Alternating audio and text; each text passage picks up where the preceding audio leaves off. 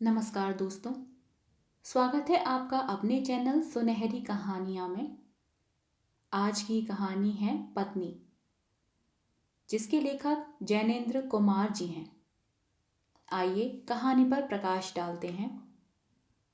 शहर के एक ओर तिरस्कृत मकान, दूसरा तल्ला। वहां चौके में एक स्त्री अंगीठी सामने लिए बैठी है। अंगीठी की आग राख हुई जा रही है। वह जाने क्या सोच रही है। उसकी अवस्था 20-22 के लगभग होगी।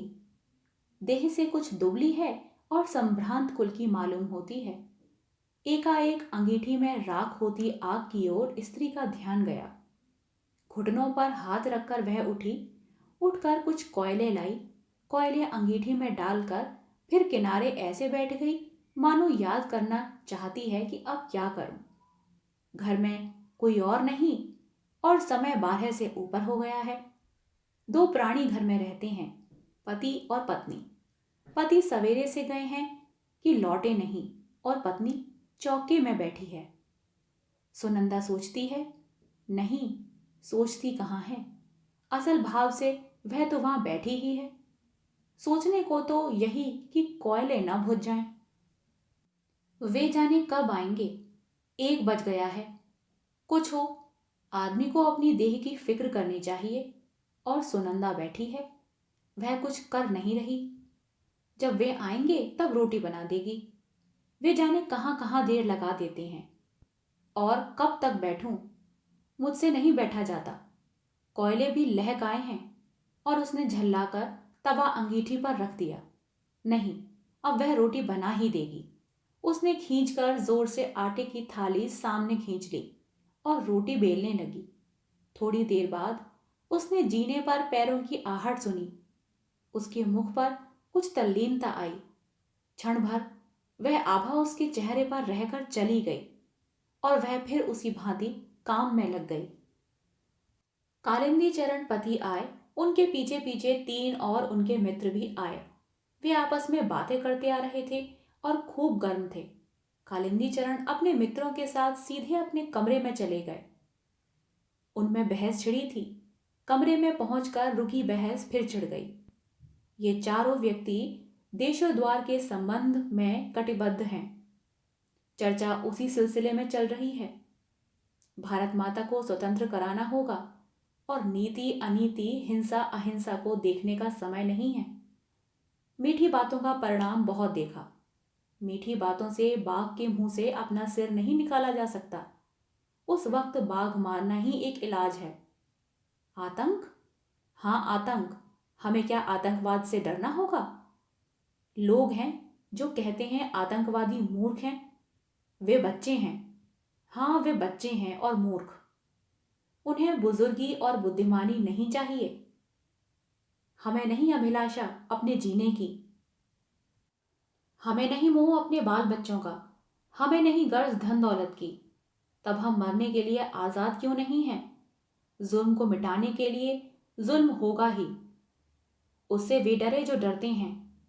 डर हम जवानों के लिए नहीं है। फिर वे चारों आदमी निश्चय करने लगे कि उन्हें खुद क्या करना चाहिए। इतने में कालिंदी चरण को ध्यान आया कि न उसने खाना खाया है और न मित्रों को खाने के लिए पूछा है। उसने अपने मित्रों से माफी मांगकर छुट्टी ली और सुनंदा की तरफ चला। सुनंदा जहां थी वहां है। वह रोटी बना चुकी है। अंगीठी के कोयले उल्टे तवे से दबे हैं। माथे को उंगलियों पर टिकाकर वह बैठी है। बैठी बैठी सूनी सी देख रही है। सुन रही है कि उसके पति कालिंदी चरण अपने मित्रों के साथ क्यों और क्या बातें कर रहे हैं।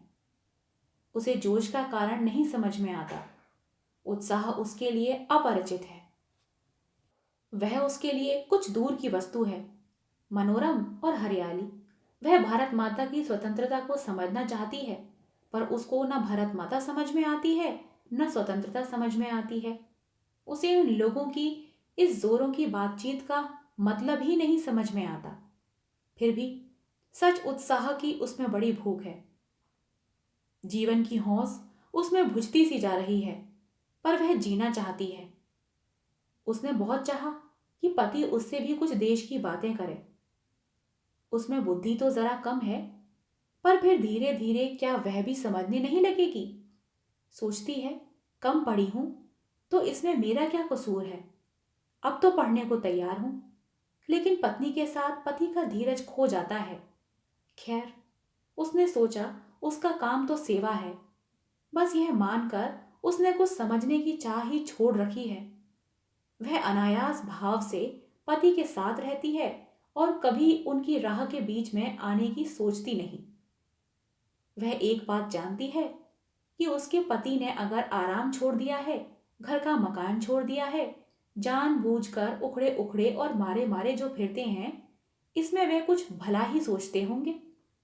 इसी बात को पकड़कर वह आपत्ति शून्य भाव से पति के साथ विपदा पर विपदा उठाती रही है।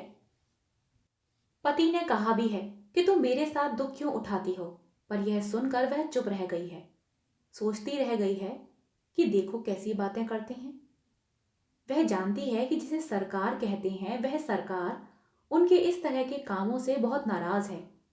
सरकार सरकार है, उसके मन में कोई स्पष्ट भावना नहीं है कि सरकार क्या होती है। पर यह जितने हाकिम लोग हैं वे बड़े जबरदस्त होते हैं और उनके पास बड़ी बड़ी ताकतें हैं। इतनी फौज, पुलिस के सिपाही, मजिस्ट्रेट, मुंशी, चपरासी, थानेदार और वायसरा, ये सब सरकार ही हैं। इन सब से कैसे लड़ा जा सकता है? हाकिम से लड़ना ठीक बात नहीं है, पर यह उसी लड़ने में तन मन बिजार बैठे हैं।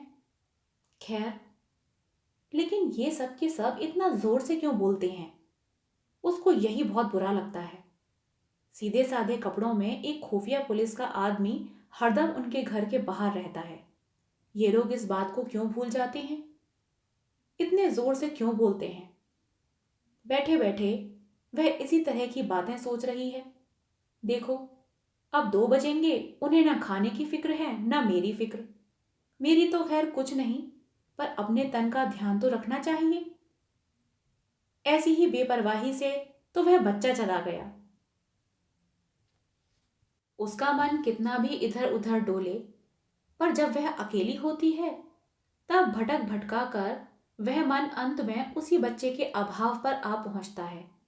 तब उसे बच्चे की वही वही बातें याद आती हैं। वे बड़ी प्यारी आंखें, छोटी छोटी उंगलियां और नन्हे नन्हे होठ याद आते हैं। अटकलियां याद आती हैं। सबसे ज्यादा उसका मरना याद आता है। आह, यह मरना क्या है? इस मरने की तरफ तो उससे देखा नहीं जाता। यद्यपि वह जानती है कि मरना सबको है। उसको मरना है, उसके पति को मरना है, पर उस तरफ भूल से क्षण भर देखती है तो भय से भर जाती है। यह उससे सहा नहीं जाता। बच्चे की याद उसे मथ देती है। तब वह विहल होकर आंखें पोंछती है और हठात इधर उधर की किसी काम में अपने आप को उलझा लेती है। पर अकेले में वह कुछ करे, रह रह कर वही याद, वही मरने की बात उसके सामने रहती है और उसका चित्त बेबस हो जाता है। वह उठी, अब उठकर बर्तनों को मांज डालेगी, चौका भी साफ करना है। खाली बैठी मैं क्या सोचती रहा करती हूँ। इतने में कालिंदी चरण चौके में आ गए। सुनंदा कठोरतापूर्वक शून्य को देखती रही। उसने पति की ओर नहीं देखा। कालिंदी ने कहा, सुनंदा, खाने वाले हम 4 हैं, खाना हो गया? सुनंदा चून की थाली और चकला बेलन, बटलोई, खाली बर्तन वगैरह उठाकर चल दी। कुछ भी नहीं बोली। कालिंदी ने कहा, सुनती हो, 3 आदमी मेरे साथ और हैं, खाना बन सके तो कहो, नहीं तो इतने में ही काम चला लेंगे। सुनंदा कुछ भी नहीं बोली। उसके मन में बेहद गुस्सा उठने लगा। यह उससे क्षमा प्रार्थी से क्यों बात कर रहे हैं? हंसकर क्यों नहीं कह देते कि कुछ और खाना बना दो, जैसे मैं गैर हूं? अच्छी बात है, तो मैं भी गुलाम नहीं हूं कि इनके ही कामों में लगी रहूं। मैं कुछ नहीं जानती खाना वाना।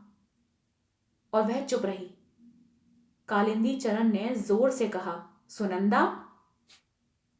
सुनंदा के जी में आया कि वह हाथ की बटलुई को खूब जोर से फेंक दे। किसी का गुस्सा सहने के लिए वह नहीं है। उसे तनिक भी सुध न रही कि अभी बैठे बैठे इन्हीं अपने पति के बारे में कैसी प्रीति की और भलाई की बातें सोच रही थी। इस वक्त भीतर ही भीतर गुस्से में घुटकर रह गई। क्यों, बोल भी नहीं सकती हो? सुनंदा नहीं बोली। तो अच्छी बात है, खाना कोई भी नहीं खाएगा। यह कहकर कालिंदी तैश में पैर पटकते हुए लौटकर चला गया। कालिंदी चरण अपने दल में उग्र नहीं समझे जाते, किसी कदर उदार समझे जाते। सदस्य अधिकतर विवाहित हैं। कालिंदी चरण विवाहित ही नहीं है, वह एक बच्चा खो चुके हैं। उनकी बात का दल में आदर है। कुछ लोग उनके धीमेपन से रुष्ट भी हैं। वह दल में विवेक के प्रतिनिधि हैं और उत्पात पर अंकुश का काम करते हैं।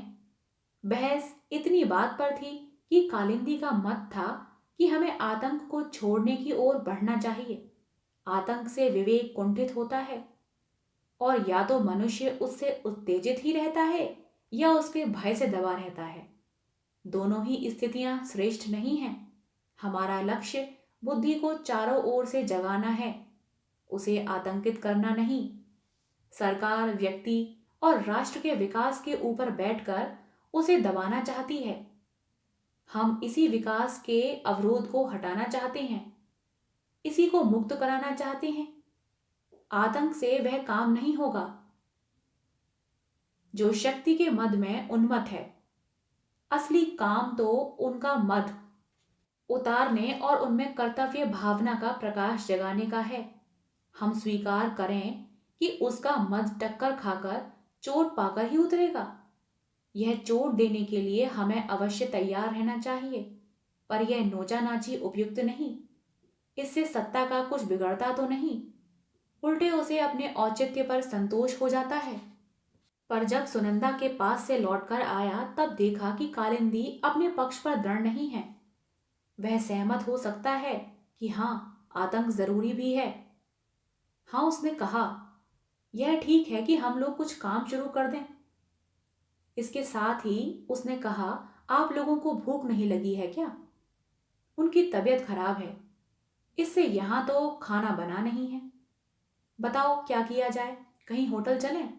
एक ने कहा कुछ बाजार से यही मंगा लेना चाहिए।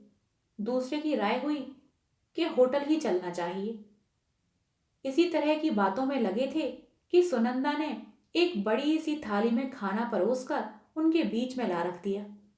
रखकर वह चुपचाप चली गई। फिर आकर पास ही 4 ग्लास पानी के रख दिए और फिर उसी भांति चुपचाप चली गई। कालिंदी को जैसे किसी ने काट लिया। तीनों मित्र चुप रहे। उन्हें अनुभव हो रहा था कि पति पत्नी के बीच स्थिति में कहीं कुछ तनाव पड़ा हुआ है। अंत में एक ने कहा, कालिंदी, तुम तो कहते थे खाना बना नहीं है। कालिंदी ने झेंप कर कहा, मेरा मतलब था काफी नहीं है। दूसरे ने कहा, काफी है, सब चल जाएगा। देखो कुछ और हो तो।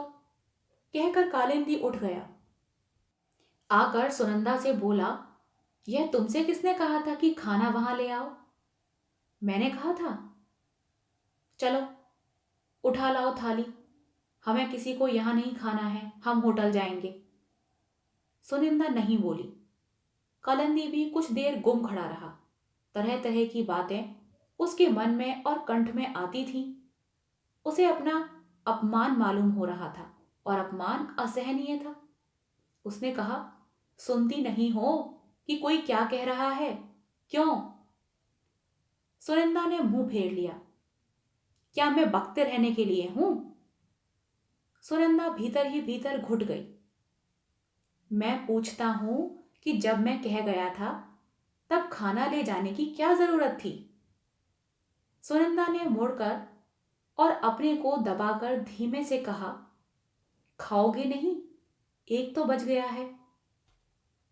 कालिंदी निरस्त्र होने लगा। यह उसे बुरा मालूम हुआ। उसने मानो धमकी के साथ पूछा, खाना और है? सुनिंदा ने धीमे से कहा, अचार लेते जाओ। खाना और नहीं है? अच्छा, लाओ अचार। सुनंदा ने अचार ला दिया और कालिंदी भी चला गया। सुनंदा ने अपने लिए कुछ भी बचाकर नहीं रखा था। उसे यह सूझा ही न था कि उसे भी खाना है। अब कालिंदी के लौटने पर ही जैसे उसे मालूम हुआ कि उसने अपने लिए कुछ भी बचाकर नहीं रखा है, वह अपने से रुष्ट हुई। उसका मन कठोर हुआ, इसीलिए नहीं कि क्यों उसने खाना नहीं बचाया, इस पर तो उसमें स्वाभिमान का भाव जागता था। मन कठोर यूं हुआ कि वह इस तरह की बात सोचती ही क्यों है। छी, यह भी सोचने की बात है। और उसमें कड़वाहट भी फैली। हठात यह उसके मन को लगता है कि देखो, उन्होंने एक बार भी नहीं पूछा कि तुम क्या खाओगी। क्या मैं यह सह सकती थी कि मैं तो खाऊं और उनके मित्र भूखे रहें? पर पूछ लेते तो क्या था। इस बात पर उसका मन टूटता सा है, मानो उसका जो तनिक सा मन था वह भी कुचल दिया गया हो। वह रह रहकर अपने को स्वयं तिरस्कृत करती हुई कहती है कि छी छी सुनंदा, तुझे ऐसी जरा बात का अब तक ख्याल होता। तुझे तो खुश होना चाहिए कि उनके लिए एक रोज भूखे रहने का पुण्य तुझे मिला है। मैं क्यों उन्हें नाराज करती हूं? अब से नाराज नहीं करूंगी। पर वह अपने तन की भी तो सुध नहीं रखते। यह ठीक नहीं है, मैं क्या करूं? और वह अपने बर्तन मांजने में लग गई। उसे सुनाई दिया कि वे लोग फिर जोर जोर से बहस करने में लग गए। बीच बीच में हंसी की आवाजें भी उसे सुनाई दी। हम सहसा उसे ख्याल आया, बर्तन तो पीछे भी मल सकती हूं, लेकिन उन्हें कुछ जरूरत हुई तो? यह सोचकर झटपट हाथ धोकर वह कमरे के दरवाजे के बाहर दीवार से लगकर खड़ी हो गई। एक मित्र ने कहा, अचार और है? अचार और मंगाओ यार। कालिंदी ने अभ्यासवश जोर से पुकारा, अचार लाना भाई, अचार। मानो सुनंदा कहीं बहुत दूर हो, पर वह तो बाहर लगी खड़ी ही थी। उसने चुपचाप अचार लाकर रख दिया। जाने लगी तो कालिंदी ने तनिक स्निग्ध वाणी से कहा, थोड़ा पानी भी लाना। और सुनिंदा ने पानी ला दिया। देकर लौटी, फिर बाहर द्वार से लगकर ओट में खड़ी हो गई, जिससे कालिंदी कुछ मांगे तो जल्दी से ला दे। आप सुन रहे थे कहानी पत्नी, जिसके लेखक जैनेन्द्र कुमार जी हैं। कहानी पसंद आई हो तो कृपया कहानी को लाइक और चैनल को सब्सक्राइब कीजिएगा। मिलते हैं एक नई कहानी के साथ, तब तक के लिए धन्यवाद।